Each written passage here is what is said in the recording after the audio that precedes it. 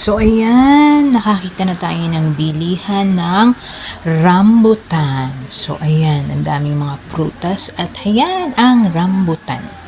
So, bibili tayo ng prutas na yan dahil gusto yan ni Mami. Oh. So, pili-pili na tayo ng rambutan. Yan, sige, kumuha lang ng kumuha. Bibili tayo ng rambutan.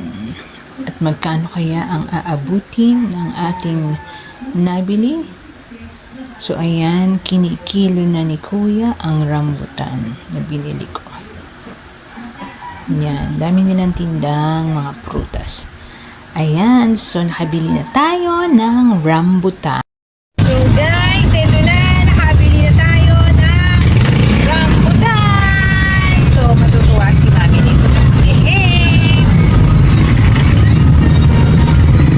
Sa bahay. Bigyan na natin ang rambutan kay Mami. Ma!